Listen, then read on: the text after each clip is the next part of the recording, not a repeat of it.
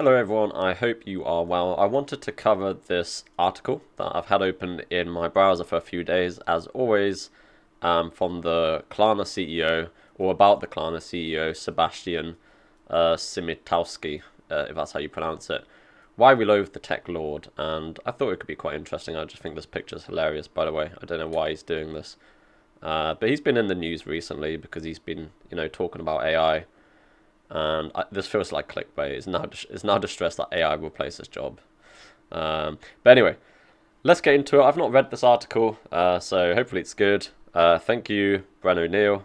I don't know if I can leave a like without actually signing up. So this article is about Sebastian and how he has come to embody everything people dislike about the increasingly domineering tech bros. Am I a tech bro?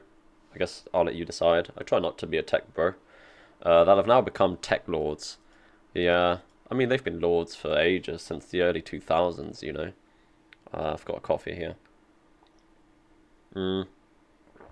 Once seen as beacons of hope for their progressive approach to humanity and social progress, tech leaders have quickly aligned themselves with the business elite, prioritizing profits above all else. Publicly traded companies, they've got to make profit for their shareholders. I'm just going to call him Sebastian. Isn't even a technical founder. I don't know much about him. That's quite interesting. And honestly, I think that makes his behavior stand out even more. The lines between tech expertise and leadership have become so blurred that despite lacking a technical background, he's managed to inject himself into every technological discussion he can, for his own gain, of course. I'm getting a feeling that Bren doesn't like the tech lord that is Sebastian, who isn't actually a tech lord because he doesn't know tech. He's just this guy who sort of, he likes to do these kind of poses, I guess.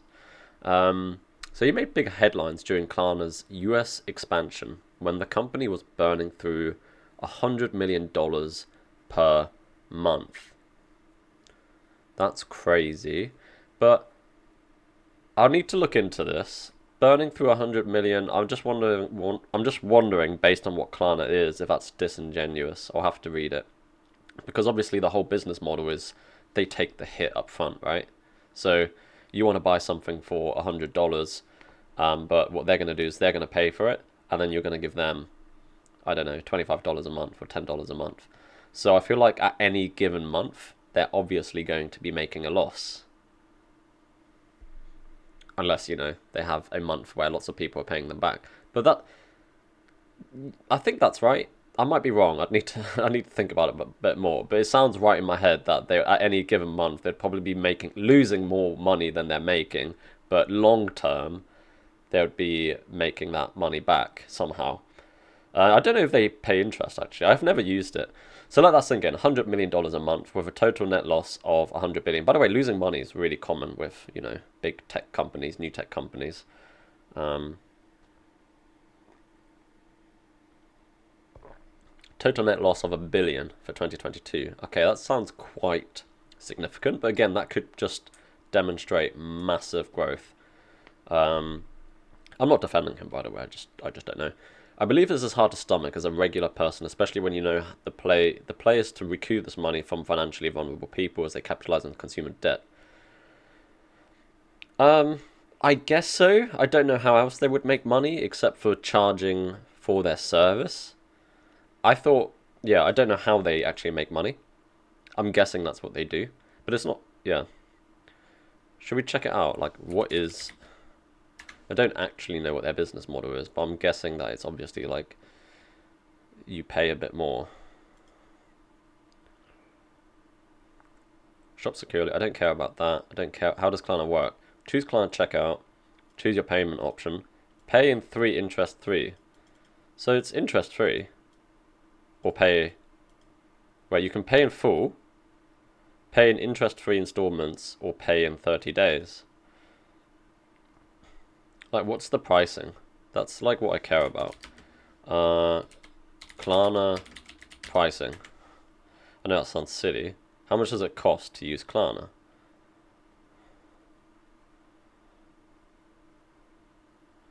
Ugh, they make it so difficult. On purpose, of course. Offer interest-free installments. Offer an extra 30 days to pay. Offer up to 36 months to pay. Interest-free and interest-bearing. I don't get it. It looks like it's all... Where's the actual pricing? Like...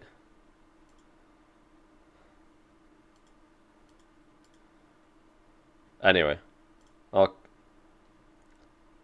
Sorry, we're getting distracted. Should we go back to our article? If you're still here with me, apologies. We go off on tangents quite often. If you're one arrogant person, if you're still here though, leave a like. If you're one arrogant person who doesn't listen, I have a low likelihood of you being successful. Wait. Of you being successful. Ironically, he comes across as one of the most arrogant men in existence. And it really is no surprise. And there's a lot of competition for that. It's no surprise that his, CEO approval 32%. That is crazy.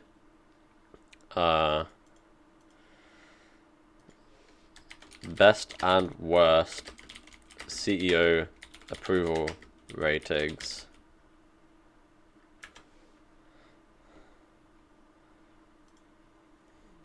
Nvidia. Yeah, he seems pretty cool. Tim Cook has some good stuff. Worst, David Gokler. His idols. He's an OpenAI shill. What's an OpenAI shill? Am I an OpenAI shill? He proudly went to Sam Altman and said, "I want to be your favorite guinea pig." Big surprise. He's also an early investor in OpenAI. Fair enough.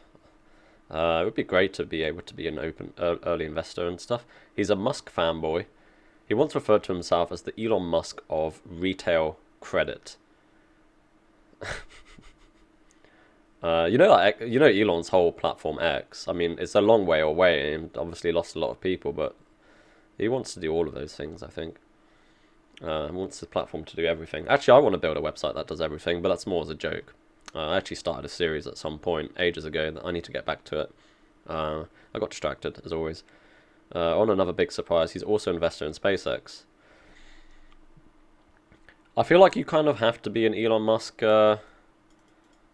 fanboy in the tech space at the moment, to a certain degree. I don't know.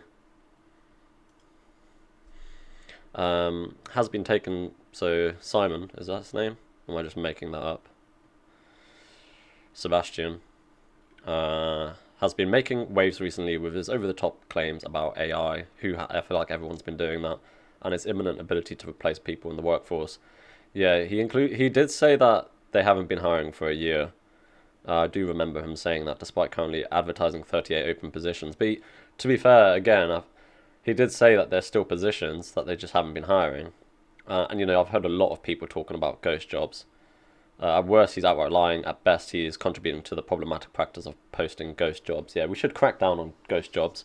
Something should be done about that. I don't know how you do that. Like, how do you prove that they're ghost jobs? Because I imagine it's one of those things where if they do actually find someone that's good enough, they will hire you. They just won't hire most people. That's because a really good engineer is always going to be worth the money. Like, always. It's only the bad engineers that aren't really worth it.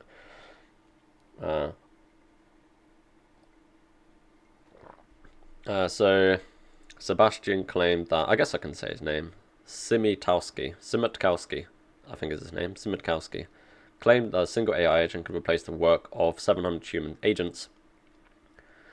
A statement that made global headlines. He also announced that Klarna had reduced its outsourced AI agents by nearly 1/3.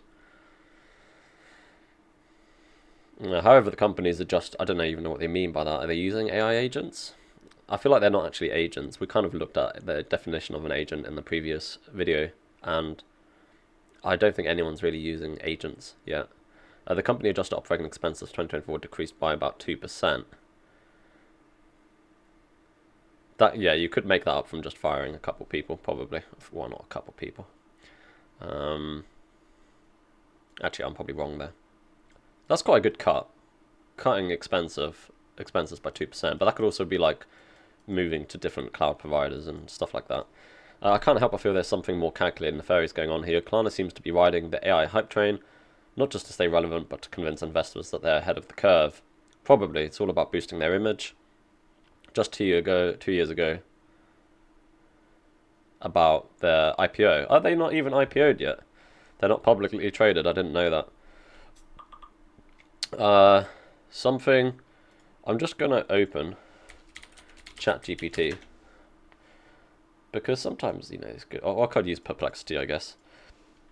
How does Klarna make money currently? Also, as their website doesn't make it easy to understand. Obviously, I'm guessing they charge some kind of late fees or something like that. Okay, so they provide it. So they do have a merchant fee.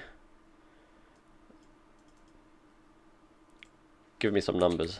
Give me some numbers. That's not surprising. Consumer fees.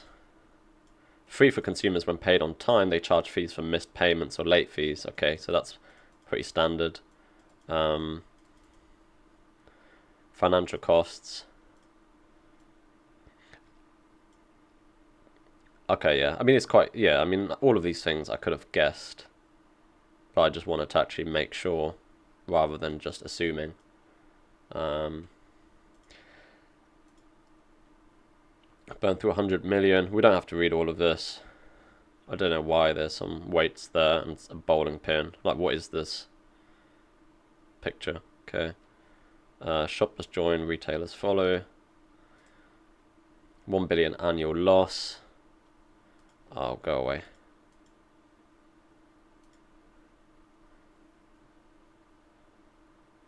I think losses make sense for this company. But anyway. I don't think this video needs to be any longer. I feel like we sort of covered everything. So I'm going to leave it there. I'm going to leave you with...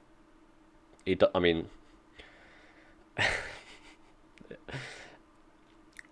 is a bit embarrassing that this is like...